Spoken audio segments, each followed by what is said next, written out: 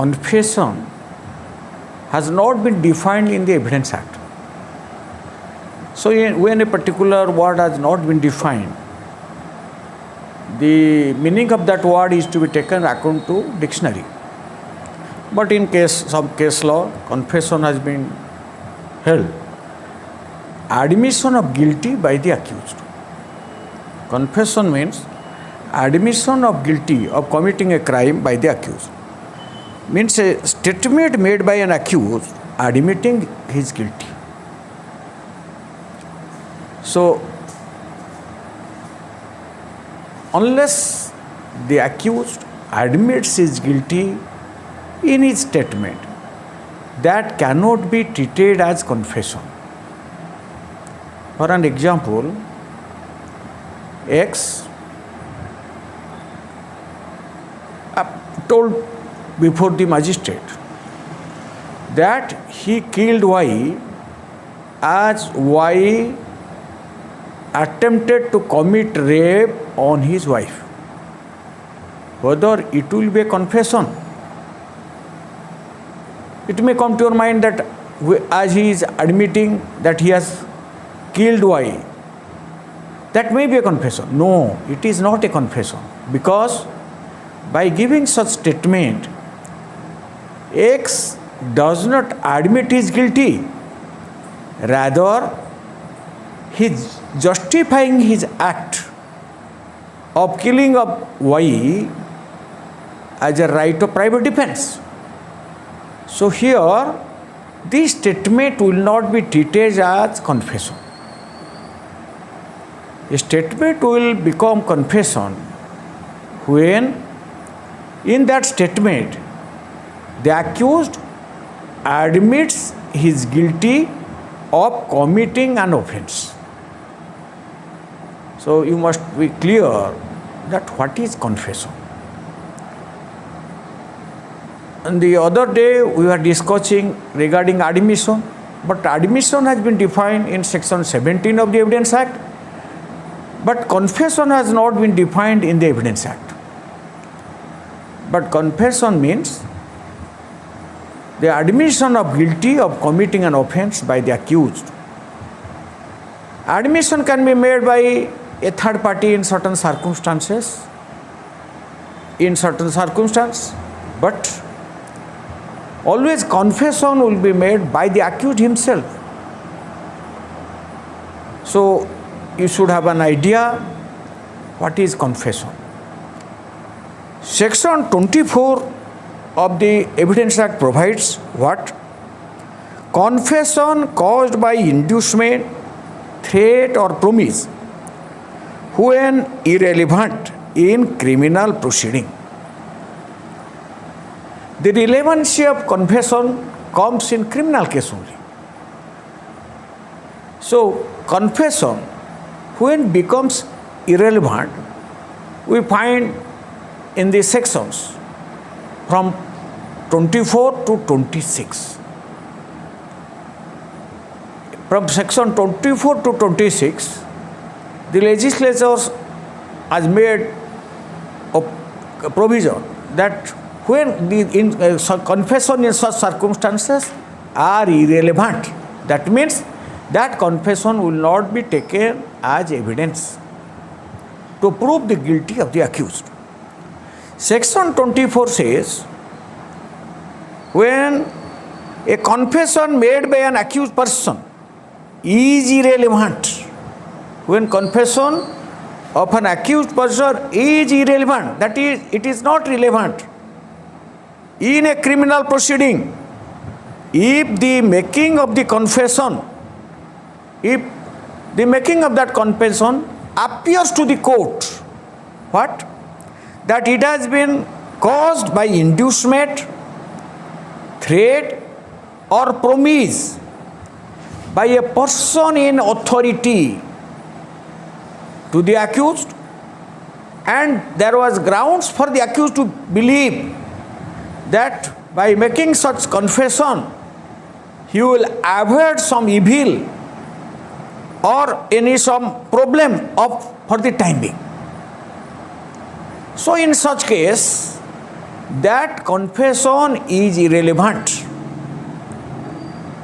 You should show the ingredients of this section. What it says? This confession must be made to a person in authority, and that confession was made due to inducement. Inducement means what? Persuasion, threat, or promise by the person in authority. What for? And it appears to the court.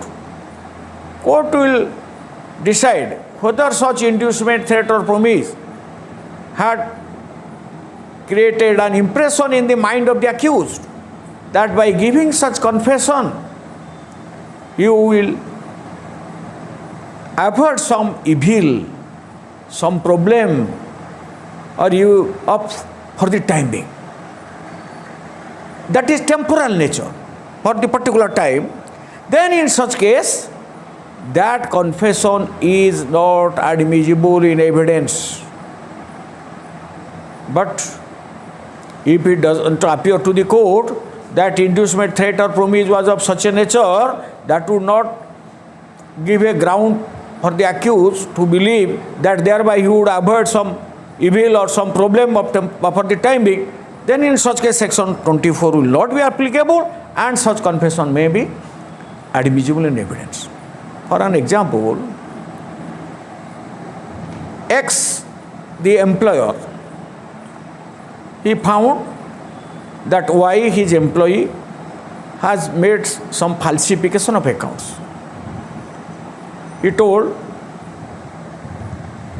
for God's sake, you tell the truth. Or if you tell the truth, then God will forgive you. By that, Y made a confession before him that he had made falsification of accounts. So in such case, that confession will not be relevant as per the provision of section 24 of the Evidence Act. But if X said to his employee that if you tell the truth, I will not take any action against you. If you disclose the truth, then I will not file FIR against you before the police.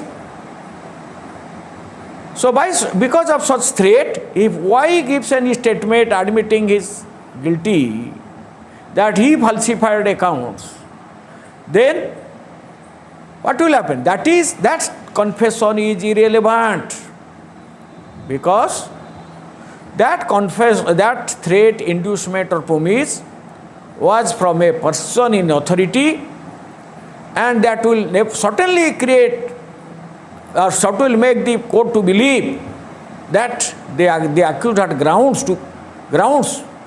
to make such confession to avoid some evil of temporal nature. So that's why that will not be, in such case, that such type of confession will not be admissible in evidence. So you should understand the provisions in section 24. So here, for this, to attract the prohibition, this enacted in section 24 of the Evidence Act, the following requirements must be satisfied. What are those? That the statement in question is a confession. That whatever statement the accused gave, that amounts to a confession. That means admitting guilty of committing an offense by the accused. Second, such confession has been made by the accused himself, that the confession has been obtained by reason of any inducement, threat, or promise by a person in authority. Who is a person in authority? A person who has any control over the accused. That differs from case to case. That may be an employer-employee, or a headmaster and a student. Suppose the student, there is an allegation that he committed a crime. or he committed a rape. He was brought before the principal of the college or to the headmaster. There, the person in authority, he promised that if you tell the truth, I will not take any action against you. Thereby, that student admitted that he committed a particular crime. So, by applying the provisions of Section 24 of the Evidence Act, such confession is not admissible in evidence because he was a person in authority. Then, such inducement, threat or promise must have reference to the charge against the accused. Regarding the accusation which has been made against you, such inducement or threat must be in regard to the charge as made against the accused. Then, the inducement, threat or promise must be, in the opinion of the court, sufficient to give the accused grounds which had appeared to him reasonable for supporting that by making it, he would gain any advantage or avoid any evil of temporal nature.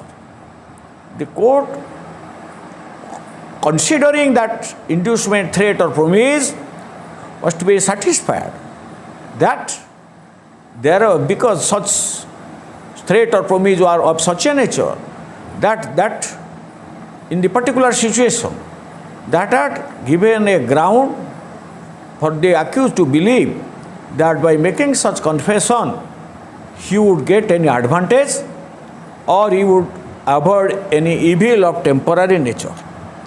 So, no hard and fast rule can be laid. What type of threat, what type of promise will we treat it as a ground, as a ground to believe that the accused confessed in order to avoid and get any advantage or to avoid any evil of temporal nature. So here, you should understand the provisions in this as discussed. What is? That is confession made to a person in authority due to inducement, threat or promise. Promise with reference to the charge, with particular to charge by a person in authority, and if court believes that such inducement, threat or promise was of such a nature that had given ground to believe for the accused that by making such confession he would get any advantage or avoid any evil of temporal nature, then in such case, such confession is not admissible in evidence as per the provisions of Section 24 of the Evidence Act. So now, you should understand the provisions in Section 25. What Section 25? Confession made to police officer is inadmissible. What? It is a very small section. No confession made to a police officer shall be proved as against a person accused of any offence. Why? Why confession made to a police officer is not admissible in evidence? Because everybody knows that police is always interested to secure a conviction of the accused for the benefit of his service. In most of the time, police officers, they resort to third degree method to extract confession. So by making such provision, you see, the Britishers have made this provision in the Evidence Act in the year 1872. Why? By making such provision, the chance of police torture to the accused is thereby checked. Because when the police officer knows that any confession made to a police officer is irrelevant, then usually no police officer will attempt to extract confession by resorting to third degree method. So that's why Section 25 says no confession made to a police officer shall be proved as against a person accused of any offence. Accused of any, even not necessarily that he is arrested. Simply, when there is an accusation, at any time when a confessional statement, that means admitting guilty of committing an offence, is given by the accused, that is not admissible in evidence. Then who is a police officer? Police officer means a person who is authorized to investigate an offence and to file charge sheet. In case law, it has been decided that a custom officer is not a police officer because custom officer is not authorized to exercise all the powers of a police officer. But an excise officer may be treated as a police officer because he has been in Excise Act, the similar power with powers of the police officers are available to the excise officer. So that's why excise officer may be treated as a police officer. It is not confined only to the police officer, but some of the officers who exercise the power of the police under any other law for the time being force. So any confession made to a police officer by the accused is not admissible in evidence. This is section 25. Section 26 says, confession by accused while in custody of police officer not to be proved against him. Again, this is in the supplementary to provision of section 25. Confession to police officer is not admissible. Similarly, no confession made by an accused while in police custody also to anybody, that is also not admissible in evidence as per the provisions of section 26 of the Evidence Act. Suppose a constable, police constable had taken the accused to the particular hospital for medical examination. While the accused was being under the medical examination, he made a confession before the doctor. But the police officer was not present there. The constable or any police officer was not present there. Still, that confessional statement given to the medical officer who medically examined the accused, that is also not admissible in evidence because at that time he was in police custody. So custody to anybody. What is section 26 says? What? Confession by accused while in custody of police. Custody of police may be lawful custody, even unlawful custody, not to be proved against him. That means when a person is in custody, any confession made to anybody, that will not be admissible in evidence as per the provisions of section 26 of the Evidence Act. So now, in this regard, you should understand, confession may not be to the police officer, but to anybody, even to a third party. But as he was in police custody, his confessional statement is not admissible in evidence as per the provisions of section 26. Section 20 explanation, here magistrate, but section 26 says, no confession made by any police while he is in custody of a police officer is admissible unless it is made to a magistrate. Only when the accused is in custody of the police, but if he gives any statement to the magistrate, then only such confession is admissible. But if he gives confessional statement to any other person other than the magistrate, that cannot be proved as against him. So section 26 says only if an accused is in custody and he gives any confessional statement before the magistrate, then such confessional statement is admissible in evidence or that can be proved against him. You are aware of the provisions in section 164 of the Criminal Procedure Code for recording confessional statement by the magistrate. When an accused is produced before the magistrate for recording the confessional statement, then the magistrate must satisfy himself that the accused is making a voluntary statement and whatever statement is giving, that is true. So, by putting some question, the magistrate will satisfy himself that the accused is giving voluntarily confessional statement between him. In this context, you should know, when a confession is given before the magistrate, that is called judicial confession. When a confession is made to any other person other than the magistrate, that confession will be treated as extrajudicial confession. A judicial confession is to be given more weightage than the extrajudicial confession. There can be conviction of an accused basing on the confessional statement recorded by the magistrate. That is judicial confession. But the requirements of law as provided in section 164 of the CRPC must be satisfied before recording that confessional statement.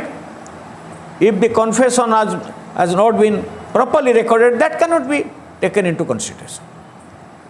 So no corroboration is required to confessional statement recorded by the magistrate, because that will be treated as a substantive evidence against the accused. But so far as extrajudicial confession is concerned, some cases, as a matter of prudence, some corroboration is required. So that is called extrajudicial confession. Section 26 provides, when there is an extrajudicial confession, when an accused is in the police custody, then that cannot be proved against him.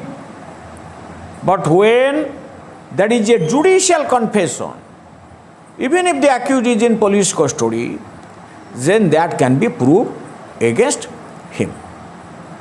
So, extrajudicial confession, you should know the difference between extrajudicial confession and judicial confession. In this context, you should also know what is retracted confession. Retracted confession means, suppose a confession has been made by the accused.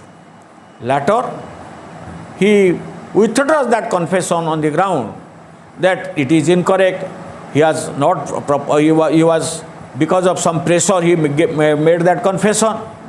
As because a confession has been retracted, that doesn't mean that the entire his confession will go away.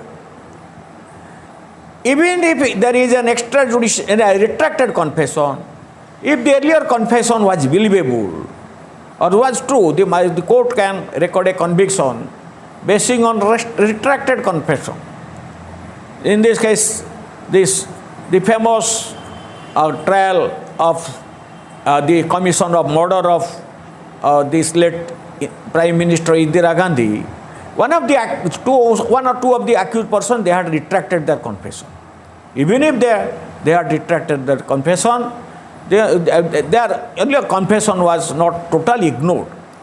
The court, as because a confession has been retracted, the court will ignore the entire confession. No. The court will sit and consider and apply its mind whether that even if retracted confession, whether the previous confession was true, believable. So on that also, on that retracted confession, there can be conviction. So now you should know this judicial confession. So when an accused is in the police custody and he confesses before the magistrate, then that is admissible evidence. But while that accused is in police custody, he makes any confession which is extrajudicial confession, that cannot be proved against him. Here the magistrate means what? Magistrate means a magistrate appointed as per the provisions of the Criminal Procedure Code. the explanation added in this section says, magistrate does not include the head of a village discharging magisterial function in the presidency of Fort S.D. George. Previously, in some presidential towns or the presidency of Fort S.D. George, some headman of the village, was exercising the magisterial function. But that headman was not to be treated as magistrate. So, or elsewhere, only such headman is a magistrate exercising power of magistrate under the Code of Criminal Procedure. Only magistrate who is exercising his power under the Code of Criminal Procedure, then if any judicial confession is made before him, complying the provisions of section 164 of the CRPC, then in such case, such confession can be proved as against him. Now, section 27 is a very, very important provision. It is popularly sometimes known leading to discovery. It is told as leading to discovery. If a person while in police custody gives any information to the police, and even if it amounts to confession, if because of such information any fact thereby distinctly discovered, that so much of fact distinctly discovered, that is admissible in evidence as per the provisions of section 27 of the Indian Evidence Act. So, what provided that, because the word section 27, how much of information received from accused may be proved? How much of information received from the accused may be proved? That means while in police custody. What is this? Section 27 is a proviso to section 26 of the Evidence Act. What it says? Provide that when any fact is deposed to as discovered in consequence of information received from a person accused of any offence in the custody of a police, officer, so much of such information, whether it amounts to confession or not, as relates distinctly to the facts thereby discovered, may be proved. So, this section 27, what it says? That if a person while in police custody, he gives any information, and because of such information, any fact is discovered, then such fact may be proved against the accused. So, this is an exception to the confession made while in police custody. So, here the case law in this is in Pakala Narayana Swamy case, this confession has been, there is a case law. For the first time, Privy Council has stated that what is confession? Even if there is grave inculpatory statement, if by that the accused doesn't admit the guilty, that will not be treated as confession. So much of fact discovered, that has also been settled. The law has been settled in Pakala Narayana Swamy versus the state, king. So here, so much of fact discovered means what? Suppose X was arrested for committing murder of Y. And when he was in police custody, he took the police and stated before the police that I killed Y with a knife which I have concealed in a heap of straw at my backyard. By saying so, he took the police and gave discovery of that knife. Here in this case, so much of fact discovered doesn't mean, even if he has admitted the fact of committing a murder or killing Y, that is to be excluded. That is not admissible. But the fact that he took the police and gave discovery of a thing which was hidden in a heap of straw, this fact is admissible. Only some physical fact is to be admissible in evidence. Law is settled that only psychological fact cannot be admissible. So much of fact discovered, that is admissible. That means he showed the place where he had concealed the knife used in the murder, saying that it was used in the murder. But so much of fact discovered, the place, the object, all sorts facts discovered. So much of fact discovered, distinctly, this is separately from the confession. That is admissible in evidence. This is the provision in section 27 of the Evidence Act. Now, how much of information received?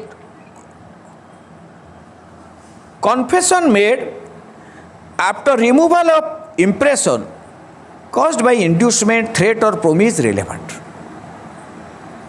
Previously we had discussed confession made before a person in authority due to inducement, threat or promise. That is irrelevant when the court believes or court is of opinion that such confession had been made on the supposition by the accused. By giving such confession, he would avert some evil or he would get some advantage. But section 28 says, if such a confession as is referred in section 24 is made after the impression caused by any such inducement, threat or promise has, in the opinion of the court, been fully removed, it is relevant. So after the threat or after the promise was there, but after 5 days that accused confessed before the authority, person in authority, then that is admissible. If in the opinion of the court, what? If such a confession as is referred in section 24 is made after the impression caused by any such inducement, threat or promise has, in the opinion of the court, been fully removed, that this impression made to the accused had been fully removed, thereafter he has made the confession, even if to the person in authority, then that is irrelevant. This section 28 is to be read along with the provisions in section 24 of the Evidence Act. Section 29 is a very important provision. What it says? Confession otherwise relevant not to become irrelevant because of promise of secrecy, etc. Confession otherwise relevant. When confession otherwise relevant? Confession is not relevant when that has been made before a person in authority due to threat, promise, etc. as per section 24. Confession is not relevant when it is made before a police. Confession is not relevant when there is an extrajudicial confession, when a person accused is in police custody. So these three types of confession are not relevant. So that's why section 29 says confession otherwise relevant. Then other confessions are relevant. Only there are provisions of section 24, 25, 6, 25 and 26. These three sections make some confession irrelevant. But if a particular confession becomes relevant otherwise than the provisions as laid down in section 24, 25, 26, then that will become relevant. What says? Confession otherwise relevant not to become irrelevant because of promise of secrecy, etc. If a confession is relevant and is not hit by the provisions of section 24, 25 and 26 of the Evidence Act, then that will not become irrelevant merely because it has been, such confession has been made because of promise of secrecy. What is promise of secrecy? Suppose two friends are there. One friend promised to another, the person who is accused of an offense, that you tell the truth, then I will keep it secret. Or if he says that I take vow in the name of Lord Jagannath, if you will say about the crime, then I will not disclose it to anybody. But the other friend he made the confession before him that he committed a murder.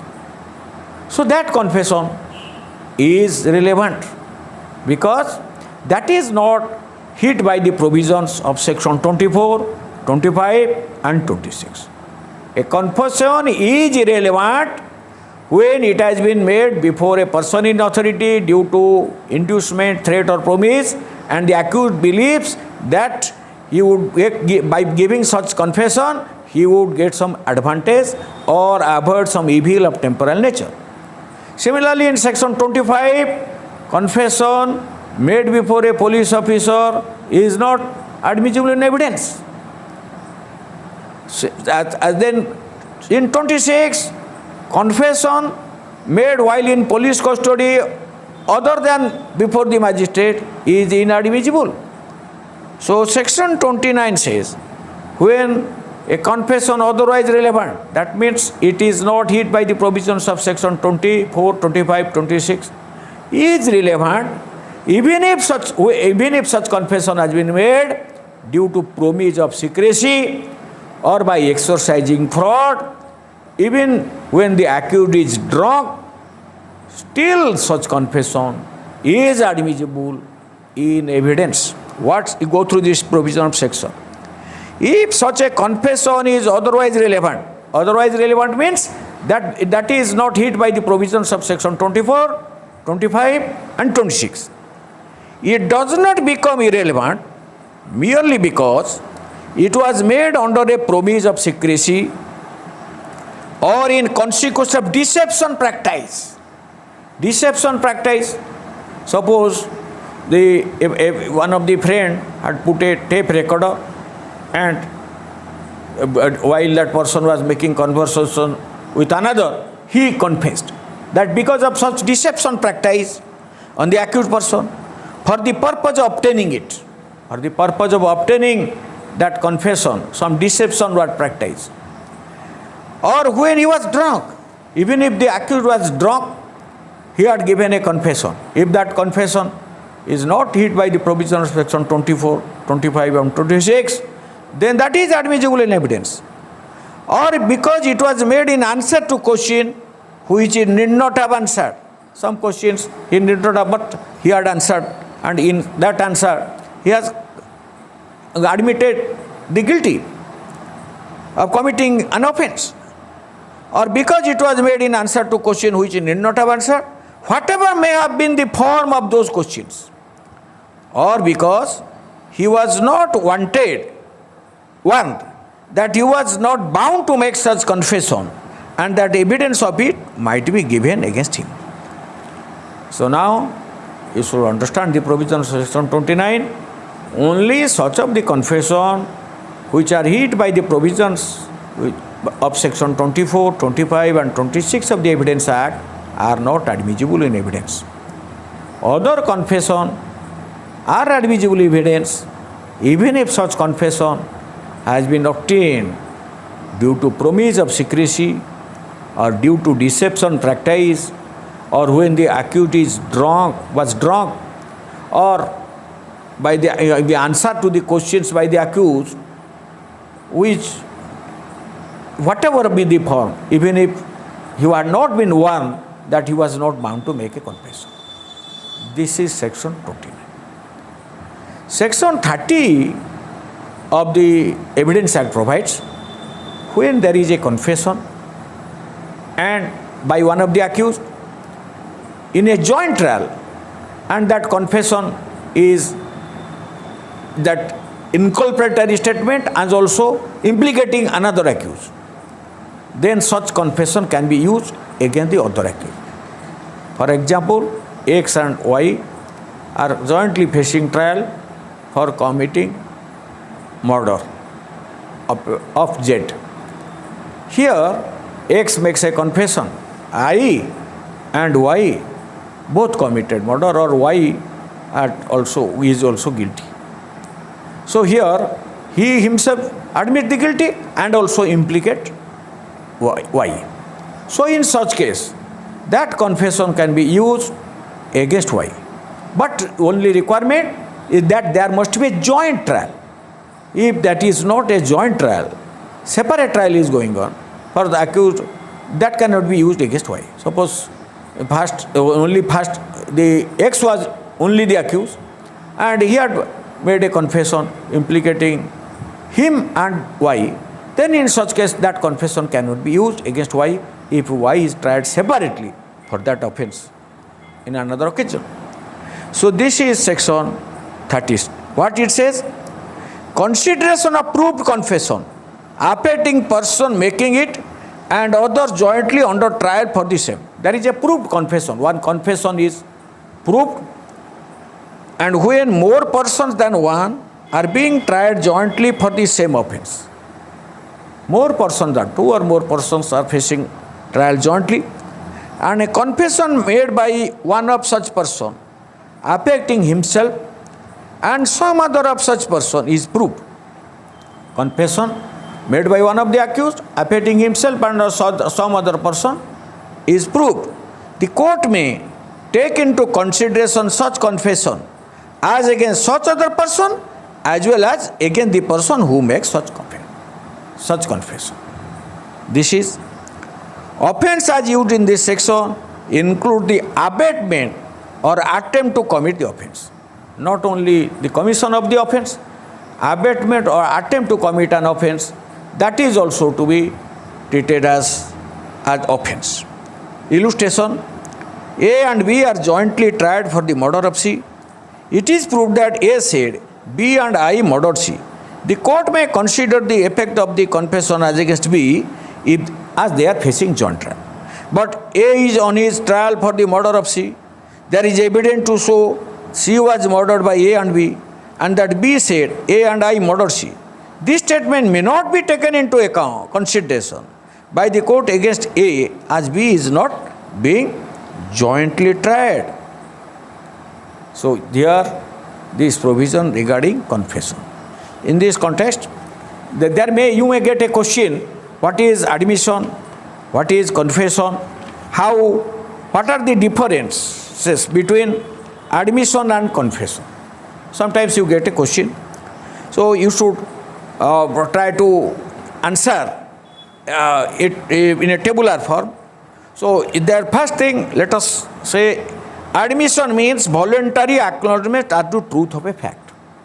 Admission means voluntary acknowledgement of the truth of a fact.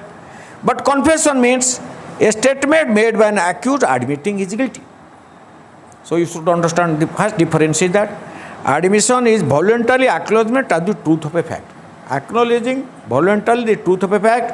But here, confession means a statement made by an accused admitting his guilty. Second, it is defined, the admission is defined in section 17 of the Evidence Act, but confession has not been defined in the Act. It is not a conclusive proof. What? Admission is not a conclusive proof. So it can be rebutted. But judicial confession is a conclusive proof. Then all admissions are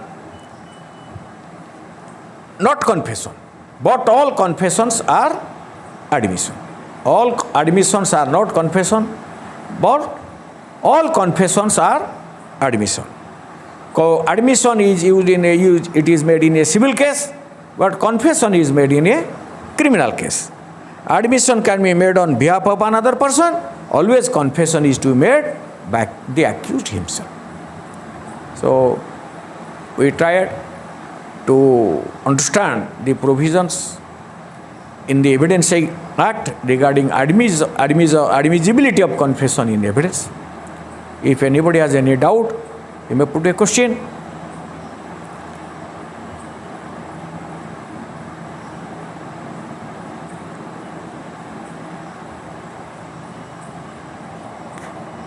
Yes, let us conclude. Thank you, everybody.